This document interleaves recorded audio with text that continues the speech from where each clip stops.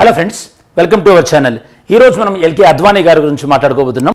LK Advani గారి గురించి ఎందుకు మాట్లాడుతున్నామో మీకు ఐడియా ఉండాలి. ఇప్పటికే మన ఎల్కే అద్వానీ గారికి భారతదేశ ప్రభుత్వం భారతరత్న అవార్డును ప్రకటించిందనమాట. దేశంలోనే అత్యున్నతమైనటువంటి పురస్కారమైనటువంటి భారతరత్న ప్రకటించారు. కాబట్టి మరి ఈరోజు ఎల్కే అద్వానీ గారి గురించి తెలుసుకుందాం. ఎల్కే అద్వానీ గారి గురించే కాకుండా అసలు ఈ యొక్క నరేంద్ర మోడీ గారి ప్రభుత్వం లాస్ట్ 10 సంవత్సరాలలో ఎవరెవరికి భారతరత్న అవార్డు ఇచ్చింది, వాళ్ళ బ్యాక్గ్రౌండ్ ఏంది, ఏమైనా వాళ్ళకి వాళ్ళకి ఇవ్వడానికి రీజన్ అంటే ఆబ్వియస్గా ఇట్లాంటి పొలిటికల్ మోటివ్స్ ఉంటాయి కదా, ఏమైనా ఉన్నాయా అని ఒకసారి మనం డిస్కస్ చేద్దాం. సో ఈ వీడియోలో మనం మెయిన్గా డిస్కస్ చేయబోయేది ఇది వార్తల్లో ఎందుకు ఉంది ఆల్రెడీ మీకు చెప్పేసాను ఇప్పటికీ. దాని తర్వాత అద్వానీ గారికి ఈ టైంలో ఒక టైమింగ్ కూడా చాలా ఇంపార్టెంట్. ఈ టైంలో ఇవ్వడం ఏంది, అలానే భారతరత్న అవార్డు ఇదివరకు ఎవరెవరికి ఇచ్చారు, ఎల్కే అద్వానీ గారి యొక్క లైఫ్ మీకు గుర్తుంటే, మీకు ఐడియా ఉంటే కనుక ఎల్కే అద్వానీ గారు ప్రస్తుతం పాకిస్తాన్లో ఉన్న ప్రాంతంలో పుట్టారు. దేశ విభజన తర్వాత ఇండియాకు వచ్చారు. నెక్స్ట్ ఎల్కే అద్వానీ గారి యొక్క political journey. So LK Advani గారు ఫస్ట్ టైం మినిస్టర్గా ఎవరి ప్రభుత్వంలో ఉన్నారు, గెస్ చేయండి స్టూడెంట్స్. ఓకే ఫ్రెండ్స్, గెస్ చేయండి. ఎల్కే అద్వానీ గారు ఫస్ట్ టైం ఎవరి ప్రభుత్వంలో మంత్రిగా పనిచేశారు, మీకు తెలిస్తే ఆన్సర్ చేయండి. అలానే ఎల్కే అద్వానీ గారు రాసినటువంటి బుక్స్ ఇది మనం వీడియో ఎండింగ్లో డిస్కస్ చేస్తాం. ఒకవేళ మీరు డైరెక్ట్గా బుక్స్ సెక్షన్కి వెళ్ళాలంటే కనుక కింద నేను మీకు టైం స్టాంప్స్ ఇస్తాను కాబట్టి దానిపైన క్లిక్ చేస్తే డైరెక్ట్ బుక్స్ దగ్గరికి వెళ్ళొచ్చు. సరే, బట్ మొత్తం తెలుసుకోవడం ట్రై చేయండి, ఎందుకంటే మనకి ఏ విధంగానైనా కూడా మనకి ఇన్ఫర్మేషన్ అడగొచ్చు. సరే, ఈ ఫోటో ఫ్రేమ్లో వాజ్పేయి గారు ఉన్నారు, ఎల్కే అద్వానీ గారు ఉన్నారు. మూడో వ్యక్తి గెస్ చేయగలుగుతుంది, ఇది కూడా గెస్ చేయండి. ఫోటో అని చెప్పేసి పేరు రాయండి, చూద్దాం. అంటే కొద్దిగా సీనియర్ పొలిటీషియనే, ఇప్పుడు తను బతికే ఉన్నారు, తన పేరు గెస్ చేయండి, మీకు వెరీ ప్రామినెంట్ పర్సన్. సరే, ఫస్ట్ మనం చూద్దాం. ఎల్కే అద్వానీ గారు మన భారతదేశ మాజీ డిప్యూటీ ప్రైమ్ మినిస్టర్ గారికి భారతదేశం యొక్క అత్యున్నతమైనటువంటి పురస్కారమైన భారతరత్న అవార్డుని ప్రకటిస్తున్నట్టుగా ఇవ్వబోతున్నట్టుగా ప్రెసిడెంట్ ఆర్డర్స్ రావడం జరిగింది. ప్రెసిడెంట్కి జనరల్గా భారతరత్న అవార్డుని ఎవరు సిఫార్సు చేస్తారు, ప్రధానమంత్రి గారు ఈ యొక్క రికమెండేషన్ చేయడం జరుగుతుంది. మరి అద్వానీ గారికి ఇప్పుడు ఇవ్వడం ఏదైనా ప్రాముఖ్యతతో సంచరించుకుందంటే ఆల్రెడీ రామమందిరం యొక్క ఏదైతే కనుక ఓపెన్ అయినటువంటి ప్రారంభమైనటువంటి అంటే ప్రాణప్రతిష్ఠ జరిగింది కదా, ప్రాణప్రతిష్ఠ జరిగినటువంటి ఈ నేపథ్యంలో సేమ్ టైం అలానే ఇప్పుడు మనకి ఎల్కే అద్వానీ గారికి భారతరత్న ప్రకటించినటువంటి నేపథ్యంలో ఖచ్చితంగా ఇప్పుడు ఎన్నికల సమయంలో ఇది బీజేపీకి మరింత బలం చేకూర్చుతనడంలో ఎలాంటి సందేహం లేదు. అంటే ఇది పొలిటికల్ అనలిస్ట్ యొక్క అభిప్రాయం, అఫ్కోర్స్ నా అభిప్రాయం కూడా అనుకోండి.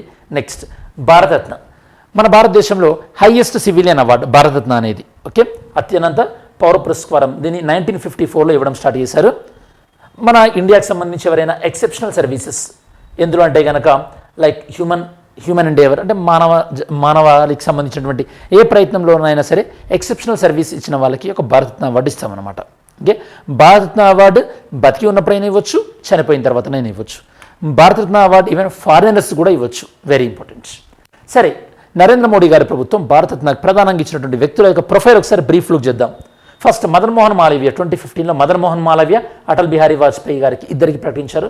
మదన్ మోహన్ మాలవ్య ఈ యొక్క బీజేపీకి ఇంతకుముందు జనసంఘ్ కన్నా ముందున్నటువంటి యొక్క హిందూ మహాసభల్ని ప్రారంభించినటువంటి వ్యక్తి మదన్ మోహన్ మాలవ్య గారు. అలానే మనకి యొక్క బెనారస్ హిందూ యూనివర్సిటీని స్థాపించింది మదన్ మోహన్ మాలవ్య గారు. ఈవెన్ బెనారస్ హిందూ యూనివర్సిటీకి యొక్క ఛాన్సలర్గా కూడా మదన్ మోహన్ మాలవ్య గారు ఉన్నారు. అలానే మదన్ మోహన్ మాలవ్య గారు సెంట్రిస్ట్ అంటే నేషనలిస్టు, దాంతోపాటు లిబరల్ ఇద్దరికి మధ్యలో సెంట్రిస్ట్ అనమాట. ఫర్ ఎగ్జాంపుల్ లిబరల్ ఆ టైంలో గోపాలకృష్ణ గోఖలే లాంటి వాళ్ళు, అదే నేషనలిస్ట్ ఆ టైంలో బాలగంగాధర్ తిలక్ లాంటి వాళ్ళు. అంటే బాలగంగాధర్ తిలక్ గారిని అనుసరించేటువంటి అభిమానులు గోపాలకృష్ణ గోఖలే గారిని అభిమానించే వాళ్ళు కూడా ఈ యొక్క మదన్ మోహన్ మాలవ్య గారిని అభిమానించేవాళ్ళు అనమాట. మదన్ మోహన్ మాలవ్య గారికి కాంగ్రెస్ ప్రభుత్వంలో సరైనటువంటి గుర్తింపు రాలేదు అని చెప్పేసి ఆ ఇండికేషన్ ఇచ్చే ప్రయత్నంలో భాగంగా ఇక నరేంద్ర మోడీ గారి ప్రభుత్వం రాగానే మదన్ మోహన్ మాలవ్య గారికి ఈ యొక్క భారతరత్న అవార్డు ప్రకటించింది. నెక్స్ట్ అటల్ బిహారీ వాజ్పేయి గారికి బీజేపీ ప్రభుత్వం భారతరత్న ఇవ్వడంలో పెద్ద సర్ప్రైజ్ ఏం లేదు. అటల్ బిహారీ వాజ్పేయి గారు లోక్సభకి సుమారు 9 సార్లు, రాజ్యసభకి 2 సార్లు అండ్ 3 సార్లు ప్రైమ్ మినిస్టర్గా అయ్యారు. ఒక్కసారేమో 5 సంవత్సరాలు ఫినిష్ చేశారు, ఇంకొక 2 సార్లు కూడా చాలా షార్ట్ టర్మ్గా ప్రైమ్ మినిస్టర్ అయ్యారు. యాక్చువల్లీ 5 సంవత్సరాలు ఫినిష్ చేసుకున్నటువంటి మొదటి కాంగ్రెస్ ఏతర ప్రైమ్ మినిస్టర్ ఇక మనకి అటల్ బిహారీ వాజ్పేయి గారు. అలానే అటల్ బిహారీ వాజ్పేయి గారు ఈవెన్ పివి నరసింహారావు గారి ప్రభుత్వం ఉన్నప్పుడు కూడా అటల్ బిహారీ వాజ్పేయి గారికి బెస్ట్ పార్లమెంటేరియన్ అవార్డు కూడా వచ్చింది. పివి నరసింహారావు గారు ఉన్నప్పుడు అటల్ బిహారీ వాజ్పేయి గారిని అంటే అటల్ బిహారీ వాజ్పేయి అపోజిషన్ ప్రతిపక్ష పార్టీ అయినప్పటికీ కూడా పివి నరసింహారావు గారిని యుఎన్ సభలకు కూడా పంపించారు భారతదేశ ప్రభుత్వం. యొక్క తరపున అనమాట. అట్లాంటి రాజకీయపరమైనటువంటి ఆ మ్యాగ్నానిమిటీ అనేది ఈ రోజుల్లో అంతగా ఉండట్లేదు. ఓకే, నెక్స్ట్ అటల్ బిహారీ వాజ్పేయి గారు మన భారతదేశాన్ని కార్గిల్ యుద్ధం లాంటి క్రూషియల్ టైంలో, అలానే రెండవసారి న్యూక్లియర్ టెస్ట్ లాంటివి సక్సెస్ఫుల్ విషయాలన్నీ కూడా మనకి అటల్ బిహారీ వాజ్పేయి గారి సమయంలోనే జరిగినాయి. నెక్స్ట్ ఇంకొక విషయం ఏంటంటే, ఇక్కడ గోద్రా సంఘటన జరిగినప్పుడు అటల్ బిహారీ వాజ్పేయి గారు నరేంద్ర మోడీ గారు చేసినటువంటి వైఖరిని తీవ్రంగా ఖండించినటువంటి వ్యక్తి. అంటే ఒక ఐడియాలజికల్గా ఇద్దరికి కూడా సపరేట్ ఉన్నప్పటికీ కూడా ఇద్దరు కూడా అంటే కొన్ని విషయాలు డిఫర్ అయినప్పటికీ కూడా ఇప్పుడు నరేంద్ర మోడీ గారు వాజ్పేయి గారికి, దాంతోపాటు ఎల్కే అద్వానీ గారికి ఇద్దరికి కూడా నరేంద్ర మోడీ గారి సమయంలో ఇద్దరికి భారతరత్న రావడం అనేది మీరు అర్థం చేసుకోవచ్చు ఓవరాల్గా బీజేపీ ఐడియాలజీలో ఎలాంటి స్ట్రెంత్ ఉంటుంది అని చెప్పేసి. నెక్స్ట్ 2024 ఓకే 2019 దాని తర్వాత 2024లోకి వద్దాం. 2019 ప్రణబ్ ముఖర్జీ గారు యాక్చువల్గా కాంగ్రెస్ హయాంలో ఆర్థిక శాఖ మంత్రిగా చాలాసార్లు ఆర్థిక శాఖ మంత్రిగా పనిచేశారు, ఈవెన్ ఫారిన్ మినిస్టర్గా పనిచేశారు మెయిన్గా. మరి అట్లాంటి ప్రణబ్ ముఖర్జీ గారికి బీజేపీ ఇవ్వడం ఏంది యాక్చువల్ చూస్తే కనుక 2014 ఆ టైంలో అంటే కాంగ్రెస్ దిగిపోతున్నటువంటి టైంలో ఇక ప్రణబ్ ముఖర్జీ గారిని రాష్ట్రపతి చేయడం ద్వారా ఈ యొక్క రాహుల్ గాంధీకి కాంగ్రెస్లో ఈ యొక్క మార్గం సుగమం చేశారు. అంటే ప్రణబ్ ముఖర్జీ లాంటి స్ట్రాంగ్ లీడర్ ఉంటే కనుక రాహుల్ గాంధీ గారి యొక్క గ్రోత్ ఉండదు అని చెప్పేసి ప్రణబ్ ముఖర్జీ గారిని ఈ యొక్క సైడ్ లైన్ చేయడం కోసం అని చెప్పేసి తనని రాష్ట్రపతిగా చేశారు అన్నటువంటి ఈ యొక్క విమర్శ ఉంది. దాంతోపాటు ప్రణబ్ ముఖర్జీ గారికి కాంగ్రెస్ టైంలో రావాల్సినటువంటి క్రెడిట్ రాలేదు. ఓకే, గాంధీ ఫ్యామిలీ కాకుండా ఎవరికైనా సరే పివి నరసింహారావు గారు కానీ ప్రణబ్ ముఖర్జీ లాంటి గారి వ్యక్తుల్ని దూరం పెట్టారని ఆ స్పెక్యులేషన్ సందర్భంలోనే ఆర్ఎస్ఎస్ యొక్క యాన్యువల్ మీటింగ్స్ని అడ్రస్ చేయడానికి ప్రణబ్ ముఖర్జీ గారిని పిలిచినప్పుడు ప్రణబ్ ముఖర్జీ గారు వెళ్ళి అడ్రస్ చేయడం, దాని తర్వాత మనకి ప్రణబ్ ముఖర్జీ గారికి ఈ యొక్క భారతరత్న అవార్డు ప్రకటించడం ఇవన్నీ కూడా మనకు తెలుసు. నెక్స్ట్ నానాజీ దేశ్ముఖ్ మనకి సోషల్ రిఫార్మర్, మనకి ఈ యొక్క రూరల్ ఇండియాలో చాలా సర్వే చేశారు. ఇవి కాకుండా నానాజీ దేశ్ముఖ్ గారు మనకి ఈ యొక్క భారతీయ జనసంఘ్ అని ఉంటుంది కదా, అంటే బీజేపీ యొక్క అంతకుముందు పార్టీ అనమాట జనసంఘ్ ట్రెజరర్గా కూడా పనిచేశారు. ఓకే, ఒకానొక సమయంలో కొంతమంది వర్తకుల యొక్క కమ్యూనిటీలకి సంబంధించినటువంటి బీజేపీ పార్టీగా ఉన్నటువంటి పార్టీని ఈ యొక్క నార్త్ ఇండియాలో అంటే ఒక వైడ్ స్ప్రెడ్ అంటే మహారాష్ట్రలో కానీ బాంబే నుంచి కలకత్తా దాకా బీజేపీ కన్నా ముందు జనసంఘని ఈ యొక్క ఉత్తర భారతదేశంలో ఎక్కువగా స్ప్రెడ్ చేయడంలో కీలక పాత్ర పోషించింది Nanaji Deshmukh. Funding point of వ్యూలో కానీ అండ్ బీజేపీ యొక్క ఐడియాలజీని తీసుకెళ్లడంలో కానీ. ఇప్పుడు కొంతమంది అంటుంటారు పొలిటికల్ ఎక్స్పర్ట్స్, నరేంద్ర మోడీ గారు నానాజీ దేశ్ముఖ్ గారి యొక్క అట్లాంటి టాక్టిక్స్ ప్రకారమే పార్టీని గ్రో చేస్తున్నారని చెప్పేసి. నెక్స్ట్ భూపేన్ హజారికా, ఇది ప్యూర్గా మనకి నార్త్ ఈస్ట్ పాయింట్ ఆఫ్ వ్యూలో. తను యాక్చువల్గా సింగర్, లిరిసిస్ట్, మ్యూజిషియన్, అలానే పోయెట్. తను అస్సాం జనరల్గా బీజేపీ తమ యొక్క నార్త్ ఈస్ట్ పొలిటికల్ క్యాంపెయిన్లో భాగంగా అక్కడ చెందినటువంటి వ్యక్తిని గౌరవించాలనే ఉద్దేశంతో భూపేన్ హజారికా గారిని పిక్ చేయడం జరిగింది. అంటే జనరల్గా అవార్డుల వెనకాల ఒక రకమైనటువంటి రాజకీయమైనటువంటి ఉద్దేశం ఉంటుంది అనడంలో ఎలాంటి సందేహం లేదు. ఓకే, పోనీ అంతకుముందు కాంగ్రెస్ ప్రభుత్వం ఉన్నప్పుడు చేయలేదంటే చేశారు. మనం ఈ 10 years గురించి మాత్రమే మాట్లాడుతున్నాం. కాంగ్రెస్ ప్రభుత్వం ఉన్నప్పుడు ఇంకా చాలా దారుణంగా చేశారు. ఓకే, అది వేరే విషయం అనుకోండి. ఇందిరాగాంధీ సమయంలో ఇందిరాగాంధీ గారికి అవార్డు రావడం, దాని తర్వాత ప్రభుత్వం పివి నరసింహారావు గారిని ఎలా ట్రీట్ చేశారో కూడా తెలుసు మనకి. ఈవెన్ తను చనిపోయిన తర్వాత తన డెడ్ బాడీని కూడా ఇక కాంగ్రెస్ యొక్క సెంట్రల్ అంటే ఢిల్లీ కాంగ్రెస్ ఆఫీస్లోకి రానివ్వలేదు. ఈవెన్ తను అంతిమ సంస్కారం చేసిన తర్వాత కూడా అంటే దానికి కనీసం ప్రొటెక్షన్ కూడా ఇవ్వలేదన్నమాట. అందరూ వెనకాలకు వచ్చేసిన తర్వాత అక్కడ ఉన్నటువంటి అంటే స్టే డాగ్స్ అంటే వీధి కుక్కలు ఉంటాయి కదా, అవి పివి నరసింహారావు గారి బాడీని అంటే హ్యాండిల్ చేయడం అనేది చాలా దురదృష్టకరమైనటువంటి సంఘటన.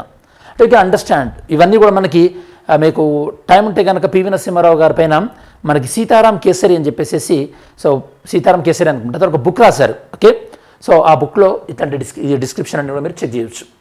నెక్స్ట్ 2024 పోస్ట్మస్ చనిపోయిన తర్వాత కర్పూరి ఠాకూర్ గారి నుంచి భారతరత్న తను చేసినటువంటి సర్వీసెస్.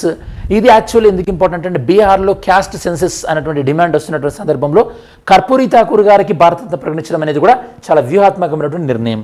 ఇప్పుడు మనకి ఎల్కే అద్వానీ గారి గురించి ఇప్పుడు మనం డిస్కస్ చేద్దాం. ఓకే, ఎల్కే అద్వానీ గారు November 8, 1927లో ఓకే మన భారతదేశం విభజన జరగకముందు సింధ్ ప్రాంతంలో పుట్టారు. ఎల్కే అద్వానీ గారి యొక్క ఫాదర్ కిషన్ చంద్ అద్వానీ, మదర్ జ్ఞానీదేవి, తన యొక్క సిస్టర్ షీలా.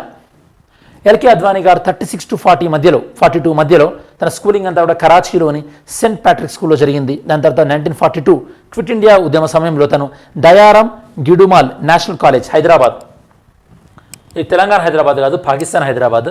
ఓకే, పాకిస్తాన్ హైదరాబాద్లో తన కాలేజీలో జాయిన్ అయ్యారు. దాని తర్వాత 1944లో తన టీచర్గా మోడల్ హై స్కూల్ కరాచీలో జాయిన్ అయ్యారు. 44 అంటే ఆల్మోస్ట్ ఆల్గా 27 అంటే 44 అంటే సుమారు 17 ఇయర్స్. 47 అంటే ఆల్మోస్ట్ ఆల్ ఎల్కే అద్వానీ గారి యొక్క ఫస్ట్ 20 ఇయర్స్ కరాచీ ప్రాంతంలోనే జరిగింది. తర్వాత 47 ఢిల్లీకి మైగ్రేట్ అయ్యి తర్వాత ఈ యొక్క ఆర్ఎస్ఎస్ ప్రచారకగా రాజస్థాన్లో కార్యక్రమాలు నిర్వహించడం. 47 నుండి 51 మధ్యలో తను రాజస్థాన్లోని ప్రధానంగా ఆల్వార్, భారత్పూర్, కోటా, బుండి, జాల్వార్ ఈ ప్రాంతాలలో ఈ యొక్క ఆర్ఎస్ఎస్ కార్యకలాపాలు నిర్వహిస్తూ ఈ యొక్క ఆర్ఎస్ఎస్ సెక్రటరీ కరాచీ బ్రాంచ్కి ఆర్ఎస్ఎస్ సెక్రటరీగా కూడా పనిచేశారు. 1951లో తన యొక్క జనసంఘ్ బీజేపీ కన్నా ముందున్నటువంటి జనసంఘ్లో మెంబర్గా జాయిన్ అయ్యారు. జనసంఘ్ని ఏర్పాటు చేసింది శ్యామా ప్రసాద్ ముఖర్జీ. శ్యామ్ ప్రసాద్ ముఖర్జీ గారు జమ్మూ కాశ్మీర్కు ఆర్టికల్ 370 ఇవ్వడాన్ని తీవ్రంగా వ్యతిరేకించినటువంటి వ్యక్తి శ్యామ్ ప్రసాద్ ముఖర్జీ గారు. ఈ యొక్క తన ఆధ్వర్యంలో ఎల్కే అద్వానీ గారు ఈ యొక్క రాజస్థాన్ ఈ యొక్క జనసంఘ్ పార్టీకి సెక్రటరీ కూడా అపాయింట్ అయ్యారు 1951. దాని తర్వాత 1957కి ఢిల్లీకి షిఫ్ట్ అయిపోయి దాని తర్వాత రోజులలో ఈ యొక్క అటల్ బిహారీ వాజ్పేయి గారికి సహాయం చేయడం. 1970లో 1970లో రాజ్యసభ సభ్యుడిగా ఈ ఆల్మోస్ట్ ఆల్ తను 1989 వరకు కూడా రాజ్యసభ సభ్యుడిగానే కొనసాగారు. మధ్యలో 1972లో భారతీయ జనసంఘ్కి ఈ యొక్క ప్రెసిడెంట్గా అయ్యారు. ఓకే, తన భారతీయ జనసంఘ్లో జాయిన్ అయ్యారు. తర్వాత అదే భారతీయ జనసంఘ్కి ప్రెసిడెంట్గా అయ్యారు 1972లో. జాయిన్ అయింది ఎప్పుడు 51లో అంటే ఆల్మోస్ట్ 20 ఇయర్స్ తర్వాత. 1977 యొక్క ఎమర్జెన్సీ అనంతరం ఏర్పడినటువంటి మొరార్జీ దేశాయ్ గారి ప్రభుత్వంలో ఎల్కే అద్వానీ గారు ఇన్ఫర్మేషన్ అండ్ బ్రాడ్కాస్టింగ్ మినిస్టర్గా కూడా పనిచేశారు.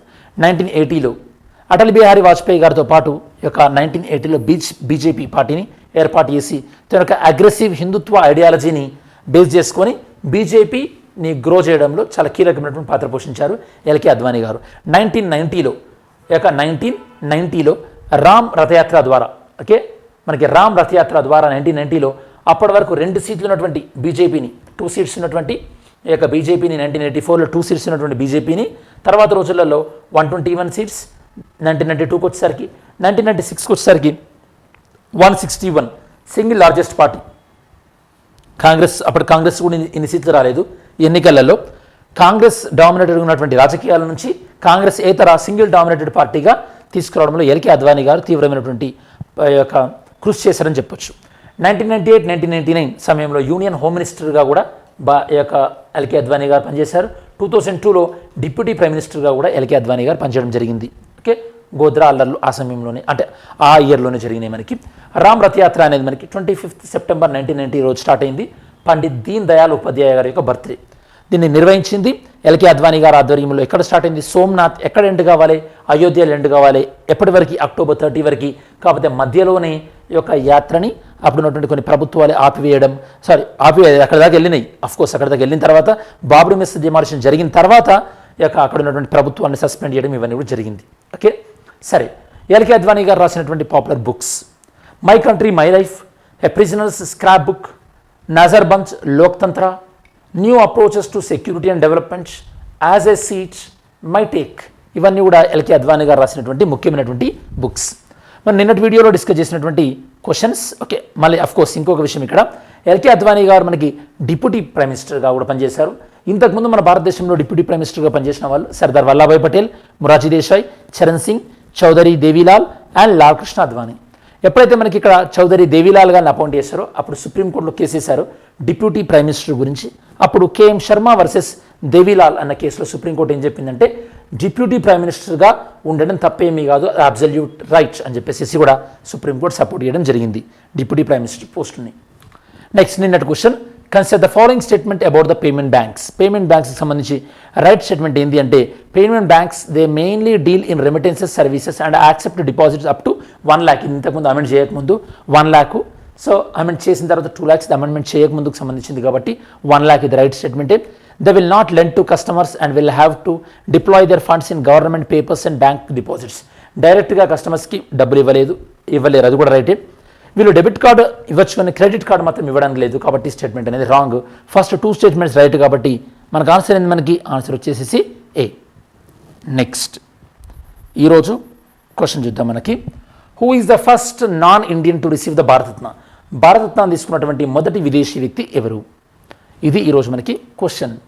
మనకు ఓవరాల్గా ఎల్కే అద్వానీ గారిని మళ్ళీ ఒకసారి మనం గుర్తు చేసుకున్నాం ఈ వీడియో ద్వారా. ఐ హోప్ మీకు ఈ వీడియో ద్వారా మనకి ఎల్కే అద్వానీ గారికి సంబంధించినటువంటి ఆల్మోస్ట్ ఆల్ ఇన్ఫర్మేషన్ తెలిసిందనుకుంటున్నాను. And have a great day. Thanks for watching our channel. Jai Hind.